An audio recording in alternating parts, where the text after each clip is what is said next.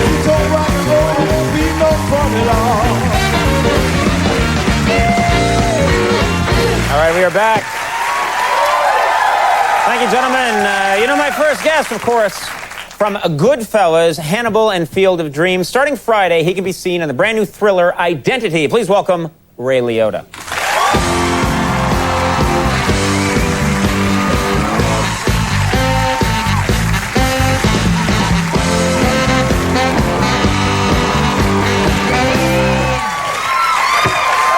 How you doing? Good. Yeah.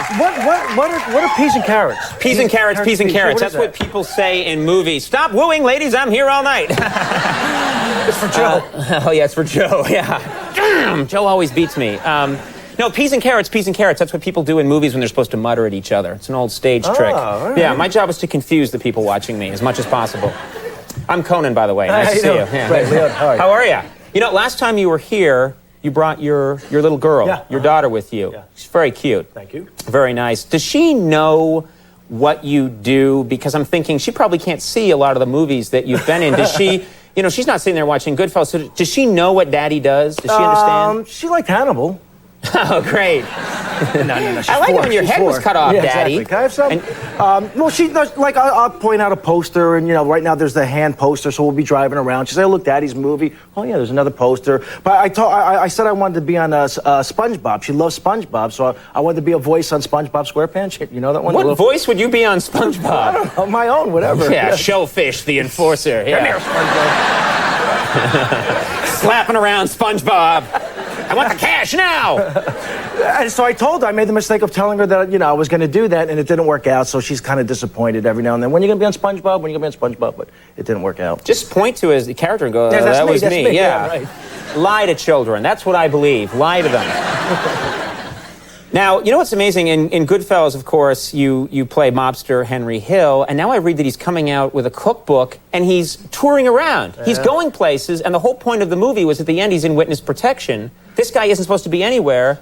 He's promoting a cookbook. Have you met this man, and isn't he going to be killed any day now? What's he doing? Well, I met him right after the movie. He wanted to meet me, and he wanted to meet in a bowling alley. So, all right, I go to the bowling alley, and there were two guys, just like to say, their backs to the wall. He was with an enforcer, definitely. Right. And he called me over, and we talked about the movie. But I was promoting Narc, and I was on a morning radio show, and they wanted to play a game. A voice calls in, and guess who it is, and it turns out I'm trying to guess who it is, and I couldn't figure it out. And all of a sudden, he starts cursing on the live radio, and it was Henry Hill. Yeah, and that's the big giveaway. That's his cute giveaway. Guess who I am? You know.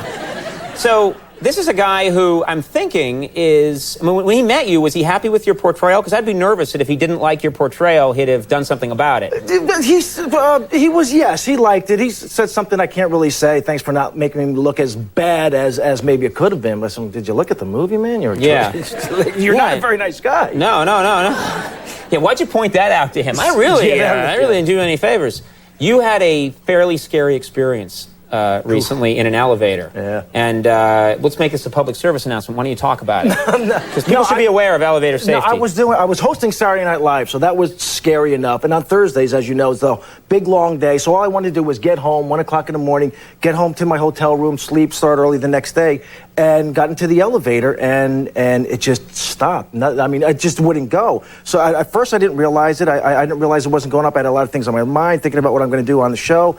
And I realized after like a minute or so, my gosh, this elevator is not going anywhere. And I'm one of those people where I just start flipping out. My heart, I could think just right now thinking about it. My heart rate's going. It is, see, Phil?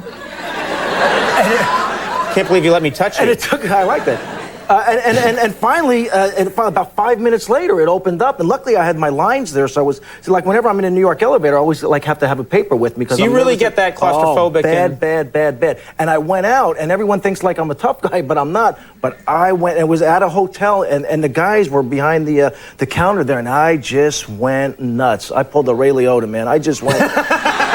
I like it when you say I pulled a Ray Liotta. Because I'm not like that, but Yeah. I just wouldn't know. I didn't know. I thought it was a truck backing up. I'm hitting the buzzer and the ring, and nothing happened. It was very, very scary. The next morning, I have to wake up. A fire alarm goes off. I'm on the 40th floor. I said, well, I'm not going to take the elevator down, obviously. Walk down 40 flights. No, you walked down? The next morning, right as soon as I got outside, the Prada store next door had just gotten robbed. Right. Right. So I figured if that happens, I mean, Saturday Night Live is nothing. Right. Once you got through all that, you were very calm, and you did a good job. I'm curious, it must be hard for you because you have a certain image, and it's a great image for you in movies, but as you yourself, you just can't get scared. Like, if a mouse ran across the floor and you were like, oh! Like that, people would give you a harder time than they would expect it from me to behave in a cowardly fashion. Yeah, probably if I did see a mouse, I would do that. Yeah, but really? Because I'm not. I just play him on TV. So your worst fear would be a mouse in an elevator. Probably. Oh my gosh, can you imagine? Oh my gosh, could you imagine? Yeah. You're not living up to my image at all. Oh my gosh. You're the. You know what's funny? You probably when you took a certain gig doing a voice for Grand Theft Auto, the game, and you probably think to yourself that, wow, all these guys just say, yeah. They're probably trying to make the show go with a joystick right now. When you do this game, people, you think, okay, I'm just going to do this voice. It's not a big deal. And then it became a huge hit, and it's sort of part of the pop culture now. Is that surprising to you? Totally. I had no idea. I'm not a game player. I was never a Pac-Man guy when that first game came out. I was never into that stuff at all. It's not cool to say, I was a big Ms. Pac-Man guy. I gobbled up all those glowing blue. In terms of any kind of games, I never played any games. And this was like... It's just like it sold like 8 million units. It's like a $400 million movie. It's like it's huge. Yeah, it's like you're in a huge hit movie. Huge. And it was fun. You're just sitting there cursing at people. It was fun to do. Like, that's fun. You just went to a booth and cursed at people went crazy for a while, and they accidentally sent it to the SpongeBob people when it went on the air. But you got a lot of people play that game? Oh yeah. That's a huge hit. That game. Unbelievable. Identity. Let's talk about Identity. This is, and I want to be careful not to give anything away that shouldn't be given away. I saw this movie, and it's a very interesting idea for a movie. Yeah, basically what is 10 people on a very rainy night outside of Vegas end up at a motel because other roads are closed, and people start dying off one by one, and obviously we're pointing fingers at each other. I mean, who did it? Right. And it's scary. It's great. And it's, You're a great actor, and that's your scary face. It's got a great resolve, and you don't really see it coming. Yeah, there's a very, and I don't want to give anything away, smart. but it's got a very interesting, you can't really say. There's no way to describe it, and you wouldn't want to. But we have a clip here which I think explains itself, so let's just, let's show this clip from Identity.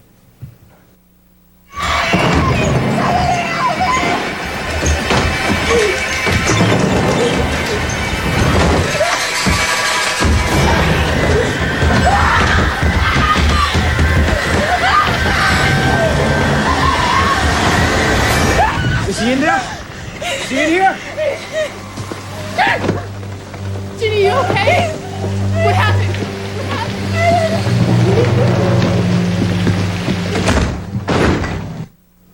It's,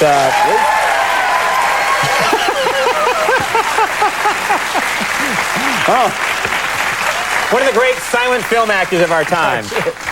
Identity opens Friday. Ray, we love having you on the show. Come on back. Ray Liotta, Bill Bellamy coming up. White Stripes, it's all good.